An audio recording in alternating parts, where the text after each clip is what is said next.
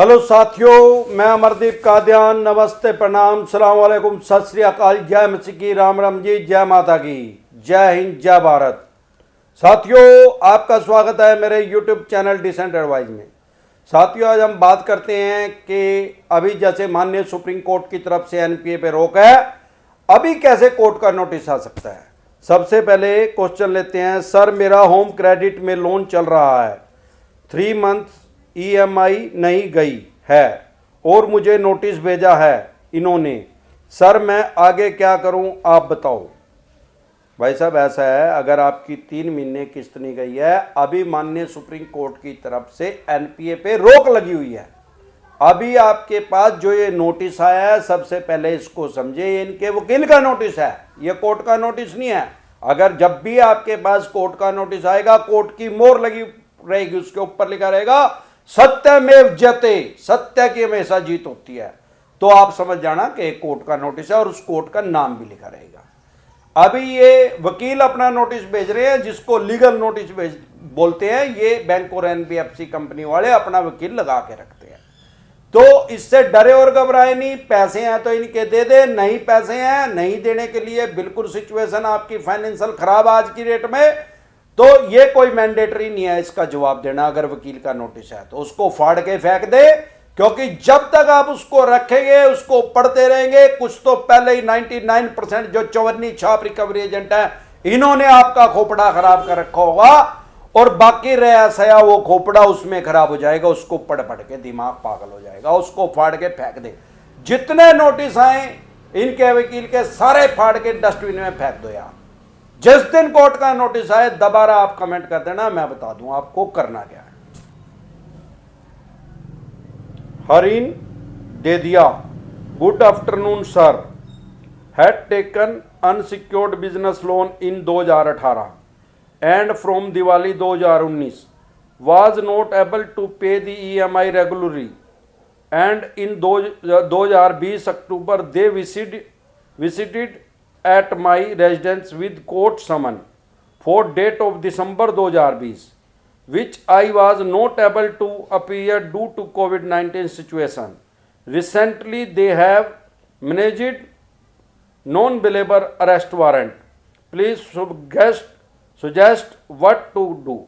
भाई साहब, अगर इन्होंने आपके ऊपर केस कर दिया, सबसे पहले तो आपने कोर्ट की अवमानना कर दी। अभी जैसे आप ये वीडियो देख रहे हैं, तो मैंने क्या बताया है भाई, वकील का नोटिस आए, आपके पास पैसे नहीं है, उसको फाड़ के फेंकते रहे। लेकिन जब कोर्ट का नोटिस आएगा तो आपको जाना पड़ेगा कोर्ट में। आप जाइए, एक छोटा वकील कर लीजिए, अपना पक्ष तो रखिए। अब आप जा ही नहीं रहे हैं, आपका नॉन अवेलेबल, आप कह रहे हैं कि कोर्ट से समन आए थे, वो भी आपने ले लिए, उस तारीख पे भी नहीं आप गए, तो अब नॉन अवेलेबल वारंट इश्यू हो गए हैं। तो आप कौन सी कोर्ट से नॉन अवेलेबल वारंट इश्यू हुए हैं, वहां पे कोई छोटा वकील करके उसी कोर्ट में पेश हो जाइए। तो नॉन अवेलेबल वारंट इश्यू का मतलब गैर जमानती वारंट हो गया। लेकिन यह कोई जरूरी नहीं है कि आपको जेल में ही जाना पड़ेगा, आप डरिए घबराइए नहीं। जाके जज साहब के पास पूरी पावर है नॉन अवेलेबल को अवेलेबल में कन्वर्ट करने की, क्योंकि जो ये नॉन अवेलेबल वारंट है, ये कोई पुलिस ने थोड़ी निकालने हैं, कोई बैंक ने थोड़ी निकालने हैं, तो जज साहब ने निकालने हैं, क्योंकि आप कोर्ट की अवमानना कर रहे हैं। अब आप जब अपना वकील कर लेंगे, अपना पक्ष रखिए, जेन्युइन प्रॉब्लम बताइए, तो जज साहब, मेरे देखने में यह आया कि जज साहब इसको छोड़ देते हैं, इसको अवेलेबल वारंट में कन्वर्ट कर देते हैं और आपको आदेश देंगे कि आप अपनी जमानत करवा लें। आप अपनी जमानत करवा लेना, वहीं से उसी कोर्ट से आपको जमानत मिल जाएगी और फिर आप अपना केस लड़ते रहना। इसमें आपका कुछ नहीं बिगड़ने वाला। बाद में कोई दिक्कत परेशानी आए तो दोबारा से मेरे पास कमेंट कर लेना। लेकिन यह नहीं आपने लिखा कि नॉन अवेलेबल वारंट कौन सी धारा के अंदर इशू हुए हैं, वो दोबारा से आप कमेंट कर सकते हैं। पंकज जैन, प्राइवेट स्कूल जबरदस्ती फीस ले रहे हैं, कुछ हो सकता है क्या, प्लीज रिप्लाई। भाई साहब, प्राइवेट स्कूल जबरदस्ती फीस ले रहे हैं, इस टॉपिक पे मैं ऑलरेडी एक वीडियो बना चुका हूं। जबरदस्ती आपके बच्चे कौन सी क्लास में हैं, सबसे पहली बात तो।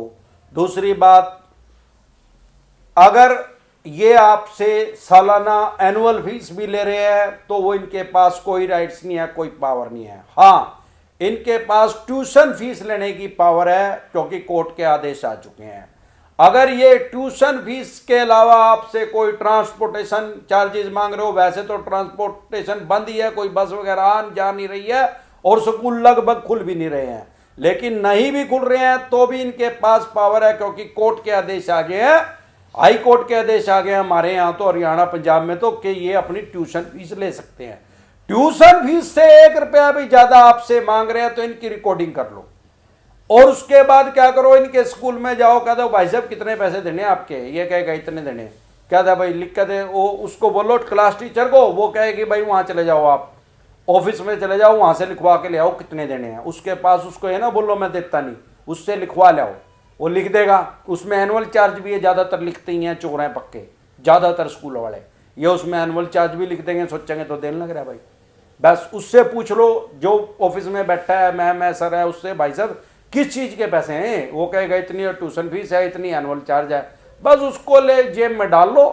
और जो भी आपका ब्लॉक ऑफिसर है, खंड शिक्षा अधिकारी, उसके पास इनकी कंप्लेंट कर दो, भाई ये देखो इलीगल काम कर रहे हैं, हाईकोर्ट के आदेश आए हुए हैं कि ट्यूशन फीस के अलावा कुछ नहीं मांग सकते, और ये देखो ये रिकॉर्डिंग है मेरे पास, और ये मेरे पास प्रूफ है। नहीं करे वो वहां तो डीओ साहब के पास तक कर दो, डिस्ट्रिक्ट एजुकेशन ऑफिसर के, वहां नहीं करे तो फिर दोबारा मेरे पास कमेंट कर देना, मैं बता दूंगा किसके पास करनी है। इनकी कड़ियां नप जाएंगी, इनका पर्चा भी दर्ज हो सकता है हाईकोर्ट के मना करने में, नॉन अवेलेबल वारंट इशू हो सकते हैं इनके, और आपसे चवन्नी मांगेंगे नहीं, इस बात की भी गारंटी है। जो बात के देने वो भी छोड़ देंगे, और जो आपने दे रखे होंगे थोड़े बहुत वे भी कहेंगे भाई उल्टा ले ले और कंप्रोमाइज कर ले, तो फिर भी कोई दिक्कत परेशानी आए तो आप दोबारा से फिर कमेंट कर लेना। हरीश जोशी, 2 लाख रुपए केस किसी को उधार या ब्याज पर दे सकते हैं क्या, ओनली चेक पर? भाई साहब 2 लाख रुपए किसी को आप उधार या ब्याज पे नहीं दे सकते, क्योंकि ब्याज पे पैसे देना, उधार किसी को पैसे ब्याज पे देना, ये रिजर्व बैंक से परमिशन लेनी पड़ती है। ऐसे आपके पास कोई राइट्स नहीं है, किसी भी आदमी के पास कोई राइट्स नहीं है किसी को ब्याज पे पैसे उधारे देना।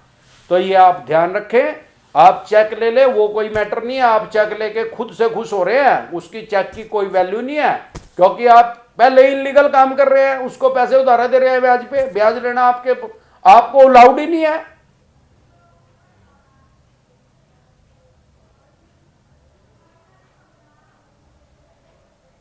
सर मुझे नोटिस मिला है, summon to an accused person under 25 payment and settlement for home loan, please sir please help and give suggestion.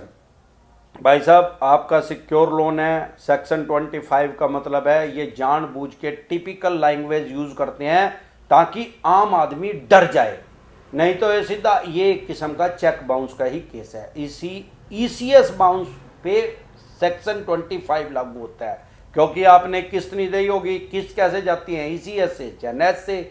अब जब आपका ईसीएस बाउंस होगा तो ईसीएस बाउंस पे धारा 25 लगती है, जो कि धारा 138 से लगभग मैच करती है, सिमिलर ये है। वो 138 नेगोशिएबल इंस्ट्रूमेंट एक्ट आपके ऊपर ये लगा सकते हैं, वो लगभग चेक बाउंस के सिमिलर ही धारा है। वो मैंने चेक बाउंस पे एक वीडियो बनाया हुआ, आप उसको देख लें, आपको अच्छे से समझ में आ जाएगा। और इसमें क्या है, जब कोर्ट के समन आपके पास आ चुके हैं तो आप स्थानीय कोर्ट में जाके कोई छोटा वकील कर ले, 5-4 हजार रुपए में वो सारा केस आपका लड़ देगा, कोई दिक्कत परेशानी इसमें आने वाली नहीं है। फिर भी कोई दिक्कत परेशानी आए तो आप दोबारा से कमेंट कर सकते। मुन्ना, मॉर्गेज सीसी लोन जनवरी 2020 में रिकॉल कर दिया है, अब मैं चाहता हूं सीसी मुझे रेगुलर कर दिया जाए। व्यापार लॉकडाउन के बाद अब अच्छा चल रहा है, बैंक नहीं कर रहा है, बोल रहा है पूरा पैसा देके क्लोज तक कर दो। सर बाकी का पैसा देने के लायक नहीं हूं, क्या करूं? भाई साहब इनके आप कलेक्शन ऑफिसर से मिलो, ब्रांच हेड से मिलो, पर्सनली मिलो, उसको जाके अपनी जेन्युइन प्रॉब्लम बताओ, उसको बताओ भाई इसको रेगुलर कर दो तो मैं आपके पैसे देता रहूंगा। अगर आप इसको ऐसे ब्रेक करोगे तो मेरे पास पैसे नहीं है, बैंक का भी पैसा फंस जाएगा, बैंक को भी परेशानी होगी और मेरे को भी परेशानी होगी। तो मुझे लगता है कि आपकी समस्या का समाधान हो जाएगा। नहीं तो इनका जो जोनल हेड है उसके पास मेल कर दें। Victor David, sir good afternoon, thank you for helping us. I am very grateful to you for helping the ignorant Indian citizen who are being cheated by this NBFC credit card act. I will also share my problem with you, sir. Kindly help me. Please share your WhatsApp number. My WhatsApp number ये sir. Thank you. भाई साहब देखो ऐसा है, सबसे पहली बात मैं हर बार कहता हूँ, मैं अपना नंबर किसी के साथ शेयर नहीं कर पाता। क्या कारण है? आप देखेंगे मेरे पास हर रोज सैकड़ों कमेंट आते हैं और उनका मैं जवाब प्रॉपर तरीके से देता हूं। जो मेन कमेंट आते हैं, जो मुझे ऐसा लगता है कि ये तो लाखों आदमियों की समस्या है, करोड़ों आदमियों की समस्या हो सकती है, मैं उसके टॉपिक पे वीडियो बना देता हूं। लेकिन अब 100 वीडियो तो रोज नहीं बन सकती, 200 वीडियो तो डेली नहीं बन सकती। बाकी के जितने कमेंट आते हैं मैं उनकी डिसेंट एडवाइस जरूर देता हूँ। मैं अपना पर्सनल नंबर शेयर इसलिए नहीं कर सकता कि 200 आदमियों के क्वेश्चन का आंसर भाई साहब टेलीफोनिकली थोड़ी दे पाऊंगा। मैं खुद से भी बिजनेस व्यापार काम धंधा करता हूं, मुझे वहां भी टाइम चाहिए। लेकिन यह बात जरूर है कि कोई भी आदमी जो मेरे पास कमेंट करता है मैं उसकी बात का जवाब, डिसेंट एडवाइस उसको देता जरूर हूं। कुछ कमेंट मेरे पास ऐसे भी आते हैं, सर मैंने कमेंट किया था आपने जवाब ही नहीं दिया। अरे भाई साहब मैं सबके जवाब देता हूं। अब उसका जवाब मैं बताता हूं, आपके पास जवाब गया क्यों नहीं। आपने चैनल सब्सक्राइब नहीं किया होगा, अब आपने वीडियो देखी, आपका कोई क्वेश्चन है आपने लिख दिया, वो मेरे पास आ गया। अब मैं जैसे ही फ्री हूंगा मैं 100% उसका जवाब दूंगा। अब मैंने जवाब दे दिया। अब क्योंकि मेरा चैनल आपके पास सिर्फ सब्सक्राइब नहीं है, नोटिफिकेशन उसकी ऑन नहीं, चाहे सब्सक्राइब भी कर रखा हो, अगर आपने नोटिफिकेशन उसकी ऑन नहीं की ऑल, तो आपके पास नोटिफिकेशन जाएगी नहीं कि आपके सवाल का जवाब मिल गया है। तो आप क्या करोगे, 2 4 5 घंटे के बाद फिर दोबारा कमेंट करोगे या नेक्स्ट डे करोगे। इतना 100-200 कमेंट और आ चुके होंगे, फिर मेरे को ध्यान नहीं रहेगा आपने कमेंट क्या किया था पहले। तो भाई साहब अगर आपको कमेंट कर रहे हैं, अगर आपको अपने सवाल का जवाब चाहिए और आपने सब्सक्राइब भी चैनल कर रखा है, तो उसमें यह मैंडेटरी है कि आप नोटिफिकेशन ऑन करें, तो ही तो आपके पास नोटिफिकेशन जाएगी। अगर आपने सब्सक्राइब भी नहीं कर रखा है, नोटिफिकेशन भी नहीं ऑन कर रखी है, और आपने वीडियो देख ली, आपके समझ में आ गया यार ये आदमी तो मेरी समस्या का समाधान कर सकता है, और आपने कमेंट कर दिया। अब आपने कमेंट कर दिया, मैंने वो जवाब दे दिया, मैंने जवाब भी दे दिया, लेकिन वो यूजलेस हो गया, वो आपके पास जाएगी नहीं उसकी नोटिफिकेशन। अब क्या होगा, अब आप दोबारा कमेंट करोगे, इतना 100-200 और चले जाएंगे, आपको भी अपना कमेंट पाना मुश्किल हो जाएगा उसमें, क्योंकि वो तो बहुत पीछे चला गया। आप सोचोगे यार ये तो कमेंट का जवाब ही नहीं देता, और मैं कह रहा 100% कमेंट का जवाब देता हूं भाई साहब। 500 कमेंट भी आएंगे उनका भी जवाब देता हूं, पूरा पढ़ के समझ के उसकी डिसेंट एडवाइस देता हूं। तो इसी तरह की या किसी भी तरह की कोई भी समस्या आपके किसी भी यार प्यारे रिश्तेदार को हो, या आपको कोई भी किसी भी विषय पे कोई डिसेंट एडवाइस चाहिए, तो आप कमेंट कीजिए। नमस्कार।